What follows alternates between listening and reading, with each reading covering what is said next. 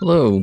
Roos, come in. Just wanted to have a little free-form chat about Resident Evil 4 Remake. Just recently finished my third playthrough of this now. It's 2 normal playthroughs and then 1 speedrun. And I just wanted to get some thoughts out there.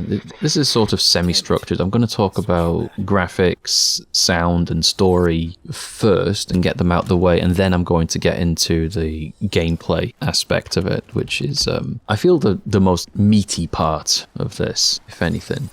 So graphically, Resident Evil 4 Remake is amazing. It's the RE engine at its best. It's being utilized in all kinds of different ways. It's not just locked into a haunted police station or a haunted Louisiana swamp or anything like that. It's got a lot more variety to work with and show off than it did with Resident Evil Village. And it really does shine. You can really see just how much this engine can be pushed with how open a lot of these levels are. I mean, it's semi-open world. You can get to most of the map and backtrack quite a lot. You got the sort of wet farmland village at the start, and then you go into the lakes and then the castles and all kinds of places. And it does, there's really no complaints I can have about it. It works really well, and on PC you can bump the graphics down as much as you need to get it to run on your potato setup if you need it.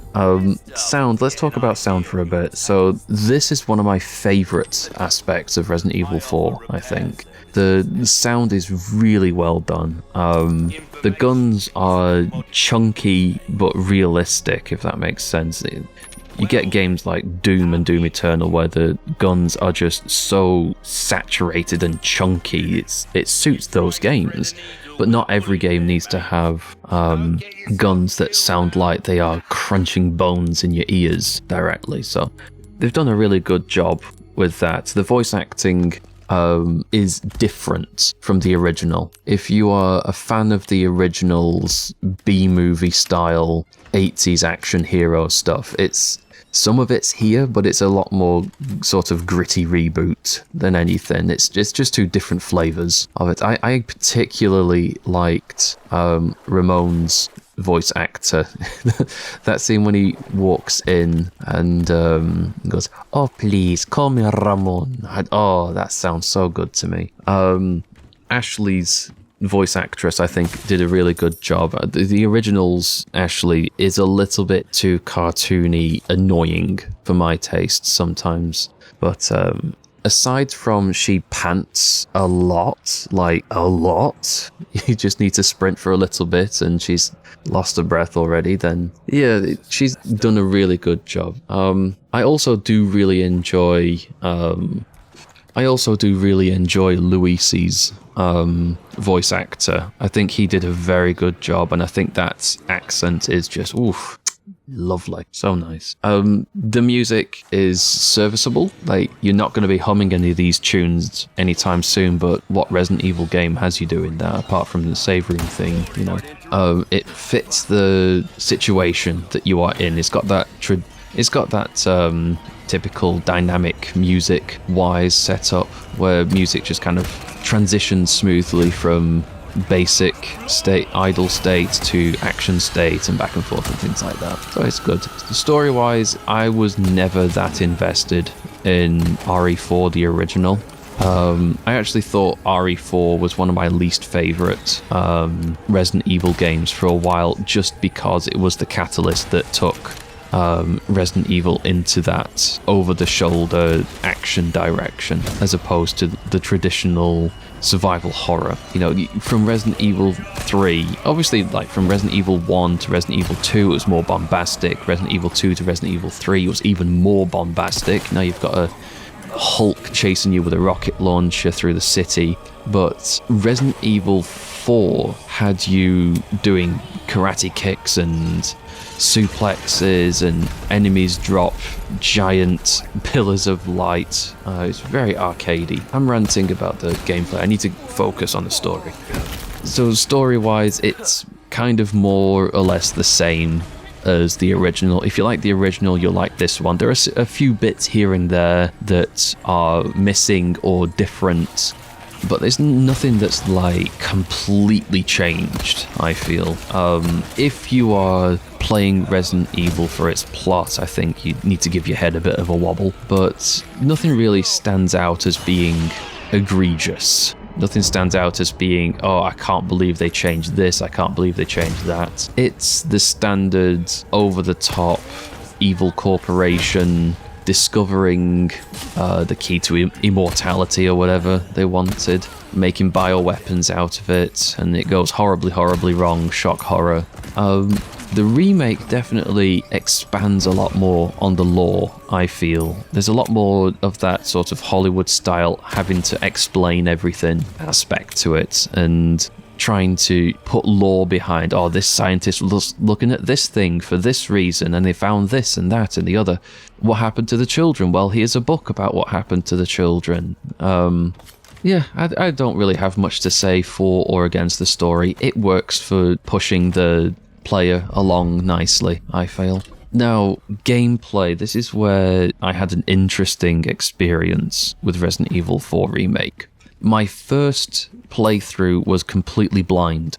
My first playthrough, I was on standard difficulty. I didn't look up any guides. I didn't look up any gameplay footage. I just played it, and I had an absolute cracking time with it. It was great. It was skyrocketed right the way up to my top Resident Evil of all time. It's still behind the first Resident Evil remake, but definitely way ahead of the original Resident Evil 4. My second playthrough was on the harder difficulty, and I was trying to sort of speedrun it blind. I had played it once before, so I tried to get through it as quickly as I could, but on a higher difficulty. And there are differences between the standard and hardcore difficulty. Not much to really note there. My problem came when I was trying to speedrun it, when I was purposefully setting out, trying to do what I've always done with Resident Evil games, which is map out optimal routes, look up guides, look up strategies, and this is where my problem arose with Resident Evil 4 Remake. The problem that I have with it, I would say, comes down to one word, and that's consistency. Remake is a game that has very little consistency in trying to make sure the player behaves in a certain way. So obviously the game designers wanted to make sure that you couldn't do the old strategies of the original Resident Evil 4. You couldn't bait entire mobs down a single corridor, lob a grenade and be done with all of them in one go. You can't make enemies chase you around the map in a very predictable way, line them up nicely and get all those headshots in. I have a absolutely unresearched idea that there is a function, a feature in Remake, in that if you try to move yourself too far away from certain enemies, they will be teleported behind you to an area that you can't see. And I've seen this in the village a lot, and I've seen this with the Chainsaw Man, Dr. Salvador, where I know for a fact he's coming in through the door downstairs in that in the shotgun house. So I run upstairs, I get the shotgun, I wait and hear him come through that front door, jump out the second floor window, across the village, open the door to the other house, and he's there. That is really impossible for him to have turned around, run past me, got into the house first, and waited for me. You know, obviously he's been teleported there. And this happens throughout the game, that they are trying to make sure that you don't camp, that you can't camp, that you can't plan out your route and save up your ammo. You have that Resident Evil 2, Resident Evil 3 feature where they've obviously planned out exactly where you get ammunition and making sure that you feel like you are just about making it through. You are just eking through with enough ammunition. You've run out of one gun, you've got just about enough in another.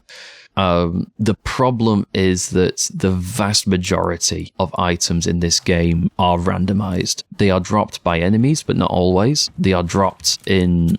they randomly appear in boxes and barrels, but not always. You can get charms from the minigame, but that is also randomized. There is very little that you can do in the way of stocking up on ammo, because the game does not want you to do that. It doesn't want you to feel safe. It doesn't want you to feel like you are well prepared. It wants you to feel like you are just about surviving. You are just about going to make it through. And that kills speedrunning. If you can't plan out which way you need to go next, if you can't plan out which gun you are allowed to use on which enemies, that makes speedrunning incredibly difficult. Almost impossible for no damage speedruns. And this kind of killed it for me. That realization that I couldn't do what I've always done with a Resident Evil game, that I couldn't do the usual planning and careful thinking and strategizing. It just kind of took that slight edge off of it. It moved it from a top 5 RE game right back down to a top 10. You know, it's sitting there comfortably with, it's just chilling nicely with Revelations. I would say that Resident Evil 4 Remake is an amazing game.